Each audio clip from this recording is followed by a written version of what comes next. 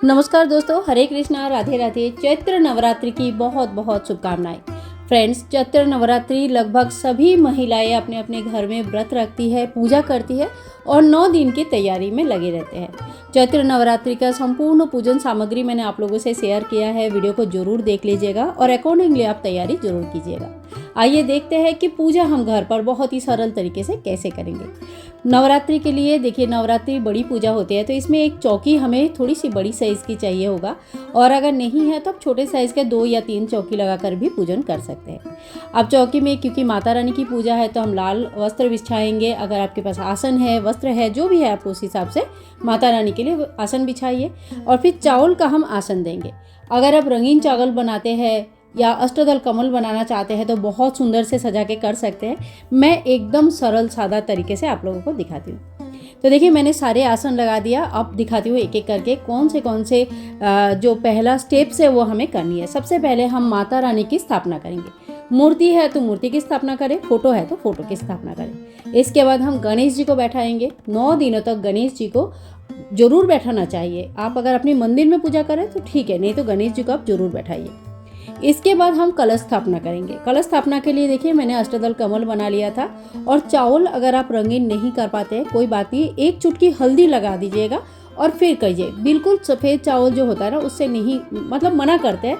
अगर सिंपली थोड़ी सी हल्दी लगा देंगे तो बहुत अच्छा है। तो एक हमने लोटा ले लिया, इसमें स्वास्तिक बनाया और कंठ में मौली बांध दिया और शुद्ध जल से लोटे को पूरी तरह से भर दिया। इसके बाद हमें एक हल्दी के गांठ, सुपारी, लौंग, इलायची, 1 रुपया का कॉइन लेना है। लक्ष्मी प्राप्ति के लिए अगर आप स्पेशल पूजा करना चाहते हैं तो इसमें 1 कमलगट्टा और 1 कौड़ी जरूर डालिएगा। वैसे ये कंपलसरी नहीं होती है, आप चाहे तो इसको स्किप कर सकते हैं। तो इन सभी चीज़ों को हम जल में डाल देंगे।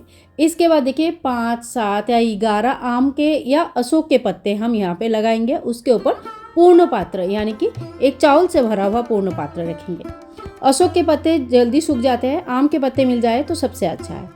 पानी वाला एक नारियल के ऊपर या तो आप कलाबार लपेट लीजिए, और अगर चुनरी है तो सबसे अच्छा है, बहुत अच्छा सुंदर दिखते हैं। तो चुनरी हम इसके ऊपर लपेट लेंगे और नारियल का जो मुंह है वो जो पूजा करने वाले हैं उनके तरफ रहेगा। इस तरह से नारियल का हम लोग स्थापना करेंगे। तो इस तरह से संपूर्ण रूप से हमारा कलश की स्थापना हो गया है। इस पूजा में नारियल यानी कि श्री कलश का ही स्थापना किया जाता है। तो ये हमारे कलश की स्थापना हो गया। इसके बाद हमें जवारे बोना है। जवारे बहुत जगह पे लोग बोते हैं, बहुत जगह पे नहीं भी बोते हैं। अगर आपके यहाँ नहीं बोते हैं तो आप इस चीज़ को स्किप कर सकते हैं। जहाँ जहाँ जवारे बोया जाता है वहाँ एक प्लेट लेंगे, चावल का आसन दे लेंगे। यहाँ पर भी आप चाहे तो अष्टदल कमल बना सकते हैं। मिट्टी का इस तरह का एक कुंडा ले लेंगे और इसमें शुद्ध सात्विक मिट्टी, यानी कि जिसमें कंकड़, बालू या तो फिर उसमें कीड़े मकोड़े ना हो, इस तरह का मिट्टी से भर लेंगे। आप चाहे तो कोकोपीट आता है मार्केट में, अमेज़न में, सब जगह मिल जाता है, उसे भी पानी में भिगो के उसमें भी ज्वारे बो सकते हैं। इस तरह से अच्छी तरह से इसको गीला कर लेंगे और इसमें जवारे का एक एक लेयर डालेंगे, एक मिट्टी का लेयर डालेंगे, एक ज्वारे का लेयर डालेंगे। इस तरह से करेंगे, बहुत बढ़िया जो है ना ज्वारे आते हैं। ज्वारे कैसे बोया जाता है इसका अलग से मैं आप लोगों को वीडियो दे दूंगी, उसमें आप लोग स्टेप बाय स्टेप जरूर देख लीजिएगा। फिर जो कुंडा है हमारा, इनको अच्छी तरह से हम पूजन कर लेंगे, टीका कर लेंगे। आप हल्दी, चंदन, कुमकुम से टीका कर सकते हैं, स्वास्तिक बना सकते हैं, चीज़ों को भव्य बना सकते हैं। इसके बाद देखिए, कोई यहाँ पे जवारे बोते हैं, कोई कोई यहाँ पे गेहूँ बोते हैं और कोई कोई गेहूँ और जवारे दोनों मिलाकर बोते हैं। तो ये अपने अपने घर के परंपरा के हिसाब से किया जाता है। मैंने यहाँ पे गेहूँ बो के आप लोगों को दिखाया है।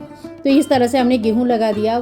थोड़ा सा, बहुत ज़्यादा गेहूँ नहीं डालना है और बहुत कम भी नहीं डालनी है। तो पूरा भर जाए इस तरह से, जैसे मैंने यहाँ पे वीडियो में दिखाया, इस तरह से आपको गेहूं डालनी है। और इसके ऊपर से थोड़ी थोड़ी हल्की हल्की मिट्टी ऊपर से डाल देना है। बहुत टाइट करके नहीं रखना है, हल्का फुल्का करके रखना है, ताकि इसमें से जब अंकुर आए, जब इसमें से पौधे आए तो बहुत ही आराम से वो बाहर आ सके।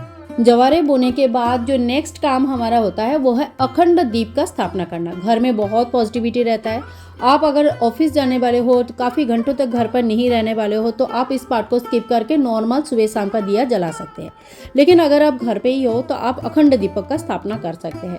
अखंड दीपक 9 दिनों तक कंटिन्यूअस जलता है। अखंड दीपक का ख्याल कैसे रखना है, बाती कैसे बनानी है, दीपक का चयन किस तरह से करना है, इसका संपूर्ण डिटेल्स वीडियो आपको चैनल में मिल जाएगा। तो अगर अखंड दीपक स्थापन करना चाहते हैं तो आप उस विधि को जरूर देख लीजिएगा, आपके लिए हेल्पफुल रहेगा। अखंड दीपदान होने के बाद, स्थापना होने के बाद हम नवग्रह का स्थापना करते हैं। नवग्रह क्या होता है? ये 9 दिनों तक हम नवग्रह को शांत कर सकते हैं। माता रानी के 9 रूप इन 9 ग्रहों को शांत करते हैं और हमारा बहुत सारे अड़चने परेशानियां दूर हो जाती है। इसके लिए हम चावल का 9 ढेरिया लगाएंगे और इसके ऊपर एक एक करके सुपारी रखेंगे। ध्यान रखें, एक बार चीज़ें जब हम स्थापना करते हैं, पूरे 9 दिनों तक इन किसी भी चीज़ को ना हाथ लगाया जाता है, ना इनको हिलाया जाता है। तो एक बार आप चौकी में बहुत ही प्रेम से स्थापना कर दीजिए। इनको बार बार बिल्कुल नहीं हिलाना है और ना ही इनको बार बार टच करनी है। ठीक है, तो यहाँ पे हमने नवग्रह का स्थापना कर दिया, अखंड दीपदान का स्थापना कर दिया, दीपदान कर दिया और कलश की स्थापना कर दिया, ज्वारे बो दिया, माता रानी की फोटो मूर्ति की स्थापना कर दिया और गणेश जी की स्थापना कर दिया। ठीक है, तो मेरे पूरा चौकी पूरी तरह से पूजा के लिए तैयार हो चुका है। इसके बाद हम पूजा शुरू करेंगे।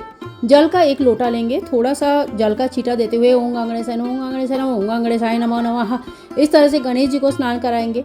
कलश में सभी देवी देवता का वास माना जाता है, तो सभी देवी देवता को स्नान कराएंगे। नवग्रह को स्नान कराएंगे। थोड़ा सा जल का छींटा हम जो जवारे बोए हैं वहाँ पे भी देंगे, माता रानी को भी स्नान कराएंगे। इस तरह से सभी को स्नान के भाव कराने के बाद हम गणेश जी को सर्वप्रथम वस्त्र उड़ाएंगे। ओम वस्त्रम समर्पयामि इस मंत्र का जाप करते हुए फिर माता रानी को वस्त्र उड़ाएंगे। माता रानी के लिए इस समय अगर आपने चुनरी लेके आए हैं, सुहाग की सामग्री लेके आए हैं, तो उन सभी चीज़ें अर्पण कर सकते हैं। तो देखिए, एक चुनरी कम से कम हमें माता रानी की पूजा में जरूर लानी चाहिए।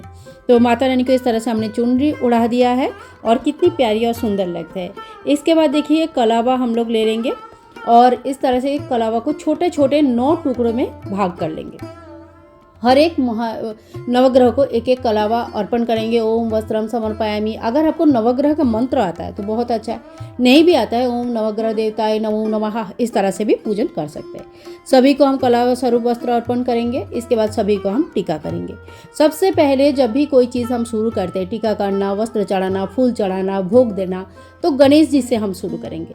उसके बाद हम दीपक का पूजन कर लेंगे, माता रानी को टीका लगाएंगे, जो हमारे नवग्रह है उनको टीका करेंगे, जो हमारे जौ बोना है उनको टीका करेंगे और साथ ही में हम कलश देवता को भी टीका करेंगे। जो नवग्रह का टीका हम चंदन से करते हैं। माता रानी को हम रोली, कुमकुम, सिंदूर लगा सकते हैं, हल्दी लगा सकते हैं और इसी तरह से सभी को टीका करेंगे। अगर भगवान शिव जी की आपके फोटो में कहीं शिवलिंग बना हुआ है या फोटो बनी हुई है, तो आप उनको भस्म या चंदन से टीका करें।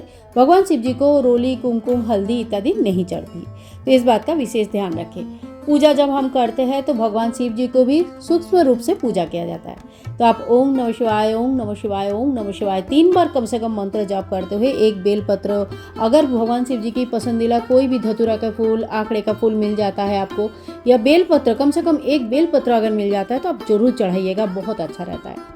इसके बाद हम धीरे धीरे फूल चढ़ाएंगे, पंचोपचार पूजा करेंगे। ओम पुष्पम समर्पयामि इस मंत्र का जाप करते हुए एक एक करके फूल चढ़ाएंगे। आप देखिए, इस समय बहुत लोग फूलों की पंखुड़ी लेके जो हमारे नवग्रह है इनके ऊपर छिड़कते हैं।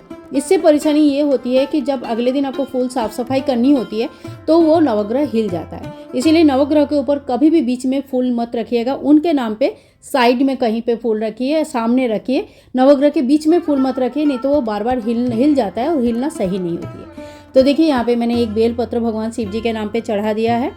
इसके बाद माँ को पान के ऊपर सुपारी, इलायची, बतासा अर्पण किया जाता है। पान अगर नहीं है आपके पास तो आप ऐसे छोटा सा एक कोई भी पीतल का या चांदी का एक प्लेट में रख के भी माता को ये अर्पण कर सकते हैं।